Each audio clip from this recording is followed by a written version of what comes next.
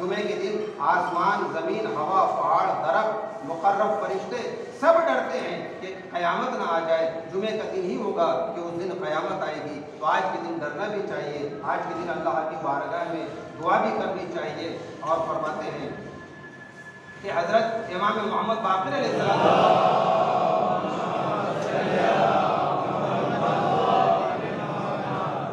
فرماتے ہیں کہ جمعے کے دن اچھائی اور برائی کا وزن بڑھ جاتا ہے، دگنا ہو جاتا ہے جمعے کے دن، اچھائی کا اور برائی کا۔ خیر کرنا آج کے دن بہت بہتر ہے، صدقہ دیجیے آپ، ہفتے میں آپ اگر 6 دن صدقہ دیتے ہیں تو اس کا ثواب جو ہے وہ الگ ہے، لیکن جمعے کے دن اگر آپ صدقہ دیتے ہیں تو اس کا ثواب اور 6 دن سے بڑھ جاتا ہے۔ ملاقات کرنا آج کے دن بڑا ثواب رکھتا ہے، اسی لیے مومنین جب نماز پڑھ لیتے ہیں تو اپنے اعزاء، وہ جو اقربا ہیں جو اس دنیا سے چلے گئے ہیں، قبرستان جاتے ہیں، ان سے ملاقات کرتے ہیں۔ تو آج کے دن ملاقات کرنا بہت اچھا ہے، ہندو سے ملاقات کیجیے، اردو سے ملاقات کیجیے۔ آپ یہ مت سمجھیے محب اہل بیت جب مرتا ہے ہم اسے دفن کر دیتے ہیں، محب اہل بیت کی موت نہیں ہے، بلکہ وہ شہید مرتا ہے، اور ہر شہید زندہ ہوتا ہے۔ آپ جائیے قبرستان پہ، اور قبرستان جب جاتے ہیں تو السلام علیک یا اہل القبور کہا جاتا ہے، اسی لیے کہا جاتا ہے سلام وہیں پر کیا جاتا ہے کہ جہاں پر کوئی سلام کا جواب دینے والا ہو۔ ہمارا سلام کرنا یہ بتلاتا ہے کہ اہل قبور قبر میں سلام دینے کے لیے آمادہ ہے، سلام کا جواب ضرور دیتے ہیں۔ تو آپ جائیے سلام کا جواب دیجیے۔ اسی لیے ایک حدیث میں آیا ہے کہ اگر آپ کسی پریشانی میں ہیں اور آپ کی پریشانی اگر دور نہیں ہو رہی ہے تو معصومین نے کہا ہے کہ آپ اپنے والد کے قبر پر چلے جائیے، اور اگر الحمدللہ آپ کے والد حیات ہیں تو اپنے دادا کی قبر پر چلے جائیے، اپنے پردادا کی قبر پر چلے جائیے، اور وہاں پر جانے کے بعد قبر کے پاس کھڑے ہونے کے بعد ایک سورہ فاتحہ پڑھ لینے کے بعد آپ اللہ کی بارگاہ میں محمد و آل محمد کا وسیلہ دے کر اپنی حاجت کو رکھو۔ فرشتوں کو خداوند تعالیٰ مخاطب کر کے کہتا ہے کہ اے فرشتوں، اگر یہ اس کا باپ حیات ہوگا تو جو یہ اپنے باپ سے طلب کرتا فوراً اس کا باپ اس کے لیے وہ چیز مہیا کر دیتا۔ اے فرشتوں، یہ اپنے باپ کے سامنے مجھ سے طلب کر رہا ہے، مجھے شرم آتی ہے کہ اسے میں اپنے خالی ہاتھ جانے دوں اپنی بارگاہ سے۔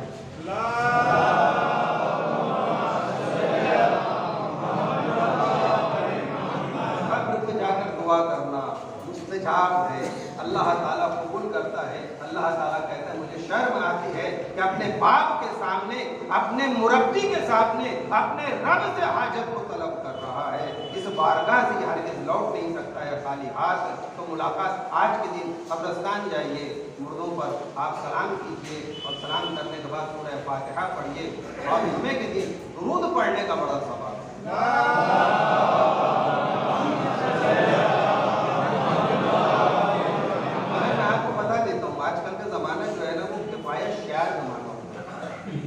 وقت بڑا کم، لمیٹڈ وقت میں بہت سے کام انسان کرنا چاہتا ہے۔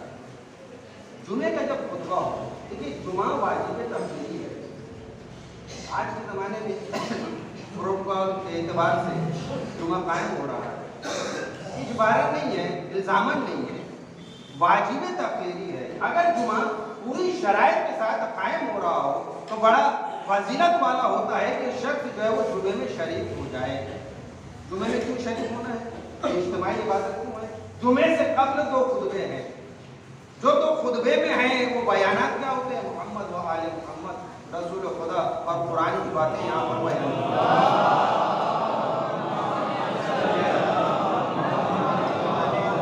یہ واجب تقریری ہے۔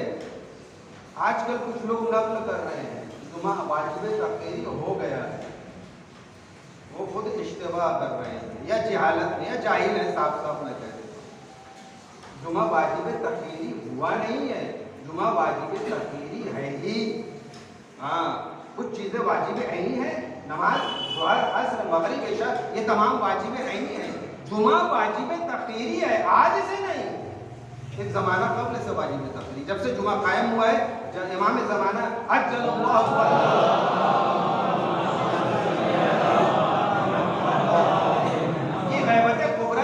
واجب تقریری ہو چکا ہے۔ جب مولا بنفس نفیس حضور پیدا کریں گے تو ان کے پیچھے جمعہ پڑھنا ہو، وہ واجب عینی ہوگا۔ واجب تاخیری یعنی آپ یہاں پر آ گئے، آپ نے جمعہ پڑھ لیا، اب آپ کو ظہر نہیں پڑھنا ہے، یعنی آپ کے اختیار میں ہے، آپ چاہے ظہر پڑھیں، آپ چاہے جمعہ پڑھیں، جب جمعہ قائم ہو رہا ہو تو خود حدیثیں، بہت سے حدیثیں، وقت نہیں کہ میں حدیثیں آپ کے خدمت میں نقل کروں، حدیثیں ہیں کہ جمعے میں آپ شریک ہو جائیں، آپ کے اوپر سے اختیار ختم ہو جاتا ہے، یعنی ظہر آپ کے لیے تو معاف ہو جاتی ہے، جمعہ آپ کا جو ہے قائم ہوا، جمعے میں آپ نے شرکت کی، جمعے میں شریک ہونا بڑا ثواب ہے۔ تو جمعہ واجب تاخیری یہ کورونا کے زمانے میں نہیں ہوا ہے، جو کہہ رہے ہیں کہ جمعہ واجب تاخیری ہو گیا تو خود خواب خیال میں ہے، جمعہ پہلے سے واجب تاخیری ہے۔ کہتے ہیں جمعے کے دن درود پڑھنا بیڑا بہت ثواب ہے۔ رسول خدا صلی اللہ علیہ وسلم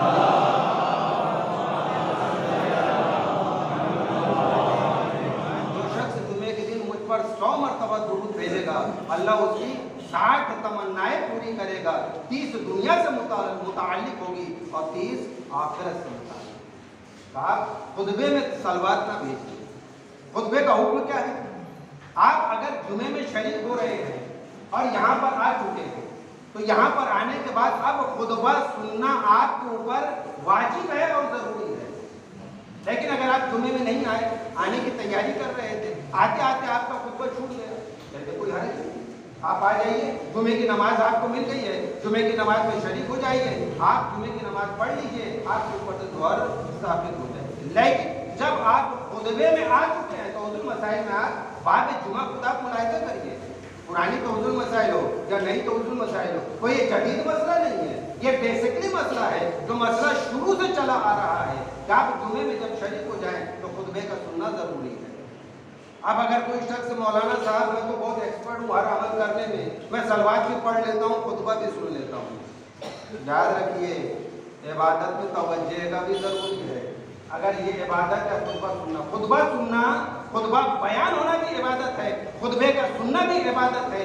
اگر آپ خطبہ سن رہے ہیں کانوں سے تو اس طرف توجہ بھی ضروری ہے، اور جب آپ نے خطبے کی جانب توجہ لگا دی ہے تو آپ صلوات کی جانب توجہ نہیں لگا سکتے ہیں۔ صلوات بھی عبادت ہے، یہ عبادت کے جب انجام میں آپ کو اس کے جانب بھی توجہ ہونی چاہیے، تو دو جانب توجہ نہیں ہو سکتی ہے۔ آپ جمعے کے بعد آرام سے صلوات پڑھ لیجیے، اور سب سے بہترین مقام آپ کو بتاؤں صلوات پڑھنے کا، قبرستان جب پہنچتے ہیں وہاں پر صلوات، وہ صلوات کا بہت فائدہ پہنچے گا، مردوں کو بھی فائدہ پہنچے گا، زندوں کو بھی فائدہ پہنچے گا۔ قبرستان میں بیٹھ کر 100 مرتبہ صلوات پڑھیے، اللہ تعالیٰ آپ کی 30 حاجتیں دنیا کی پوری کر دے گا اور 30 حاجتیں آخرت کی پوری کر دے گا۔ اور وسعت رزق کے لیے آیا ہے، رسول خدا فرماتے ہیں کہ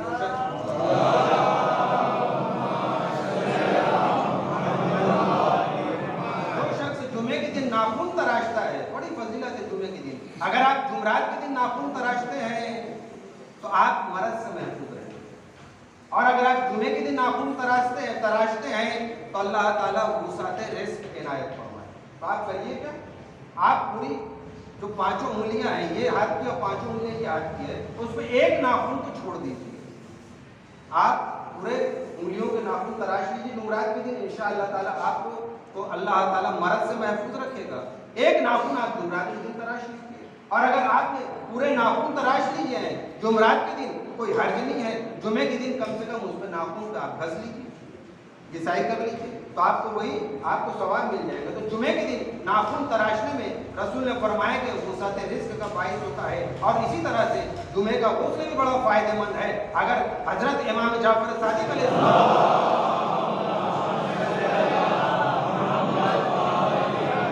فرماتے ہیں کہ غسل روز جمعہ بہت بڑی طہارت ہے، پاکیزگی ہے، پاکی ہے، بہت بڑی طہارت۔ چھٹے امام نے، امام صادق نے فرمایا ہے بہت بڑی طہارت ہے، اور 2 جمعوں کے درمیان میں گناہوں کا کفارہ بھی ہے۔ آپ نے جو غسل جمعہ کر لیا ہے، اب جو دوسرا جمعہ آئے گا یہ گناہوں کا کفارہ یا غسل قرار پائے گا۔ اور ایک حدیث میں آیا ہے کہ اگر آپ چاہتے ہیں، آپ بھول گئے یا کسی وجہ سے، کام کی وجہ سے آپ جمعے کے دن غسل نہیں کر سکے، تو اس کا جبران حدیث کے اعتبار سے ہے کہ آپ شنبے کو یعنی سیٹرڈے کو، سنیچر کو بھی یہ جمعے کا غسل آپ کر سکتے ہیں۔ جمعے کا غسل آپ کر دیں.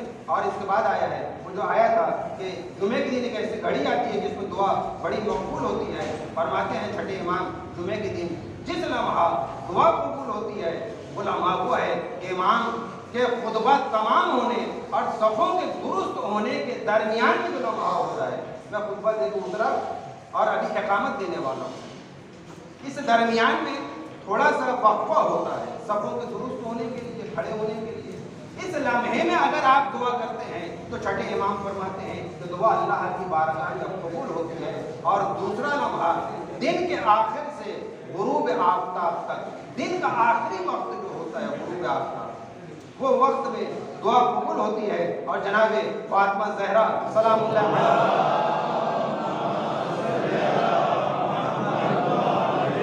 وقت کم ہے, تیزی سے مجھے ایک حدیث اور نقل کرنی ہے. فرماتی ہیں کہ میرے بابا نے کہا ہے بیٹی جمعے کے دن جب سورج کی نصف ٹکیا ڈوبنا باقی ہو اس وقت تم دعا کرو, اللہ تعالیٰ دعا ضرور قبول کرے.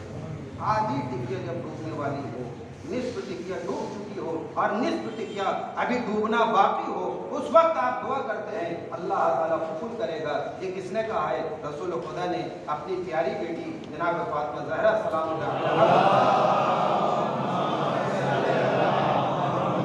اور حدیثوں میں آیا ہے کہ جب مؤذن اذان دے اس وقت آپ دعا کیجئے, اللہ تعالیٰ آپ کی دعا کو قبول کرے گا. جب باران رحمت کی برس رہی ہو اس وقت آپ دعا کیجئے, اللہ تعالیٰ آپ کی دعا قبول کرے گا. ایسے بہت سے مواقع ہیں جو حدیث میں بیان ہوئے ہیں کہ جن مواقع پر اللہ تعالیٰ دعا کو قبول کرتا ہے. وصلی اللہ علیہ الطیبین الطاہرین المعصومین والحمد للہ رب العالمین. ہمارے الہا تجھے محمد و آل محمد کا واسطہ ہے کہ ہماری عبادتوں کو قبول کر, ہمارے گناہوں کو بخش دے, محمد و آل محمد کی تعلیمات پر عمل کرنے کی توفیق عنایت فرما, امام کے ظہور میں تعجیل فرما, انہیں اعوان انصار میں شمار فرما.